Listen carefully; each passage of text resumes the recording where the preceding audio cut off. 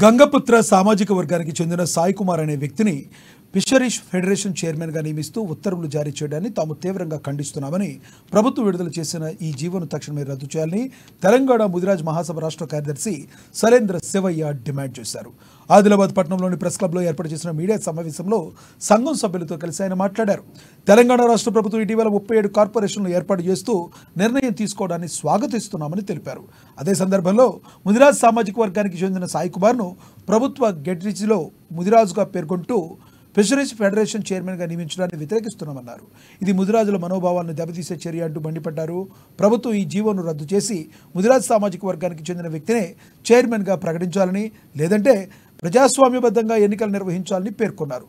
ఈ తప్పును వెంటనే సరిదిద్దుకుని ముదిరాజులకు న్యాయం జరిగే విధంగా చూడాలని కోరారు.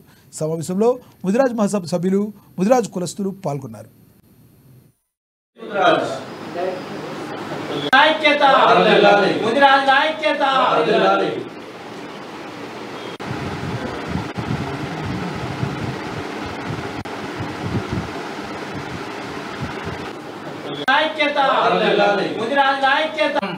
స్వాగతిస్తుంది. అయితే ఇందులో వాస్తవానికి సాయి కుమార్ అనే అతను గంగపుత్ర సామాజిక వర్గానికి చెందినవారు. కానీ రాష్ట్ర ప్రభుత్వ ప్రధాన కార్యదర్శి ఇచ్చిన జీవోలో ఆయనను సాయి ముదిరాజ్గా పేర్కొంటూ ఫిషరీస్ ఫెడరేషన్ చైర్మన్ని ముదిరాజులకు అప్పగిస్తున్నట్టు ఇవాళ ప్రభుత్వము తప్పుడు నివేదిక అనేది ఇవ్వడం జరిగింది. సాయి అనే అతను ముదిరాజ్ సామాజిక వర్గానికి చెందిన వ్యక్తి కాదు, ఆయన గంగపుత్ర సామాజిక వర్గానికి చెందిన వ్యక్తి.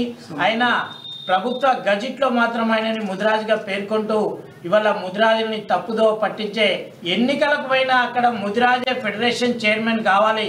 కానీ ఇవాళ రాష్ట్ర ముఖ్యమంత్రి మాత్రం ఇవాళ ఒక గంగపుత్ర సామాజిక వర్గానికి చైర్మన్ పదవిస్తూ ఇలా రాష్ట్రంలోని 60 లక్షల ముదిరాజుల మనోభావాల్ని దెబ్బతీశారు. కాబట్టి దీన్ని మేము తీవ్రంగా ఖండిస్తున్నాము. ఇకనైనా సమయం ఉంది, ఎన్నికల నోటిఫికేషన్ వచ్చింది కాబట్టి ఆ జీవోను రద్దు చేసి ఏదైతే ఫిషరీస్ ఫెడరేషన్ చైర్మన్గా సాయి కుమార్ ముదిరాజ్కి అప్పగించారో దాన్ని వెంటనే నిలుపుదల చేసి ముదిరాజ్ సంఘానికి చెందిన వ్యక్తికి ఇవ్వాలి, లేదా ప్రజాస్వామిక పద్ధతిలో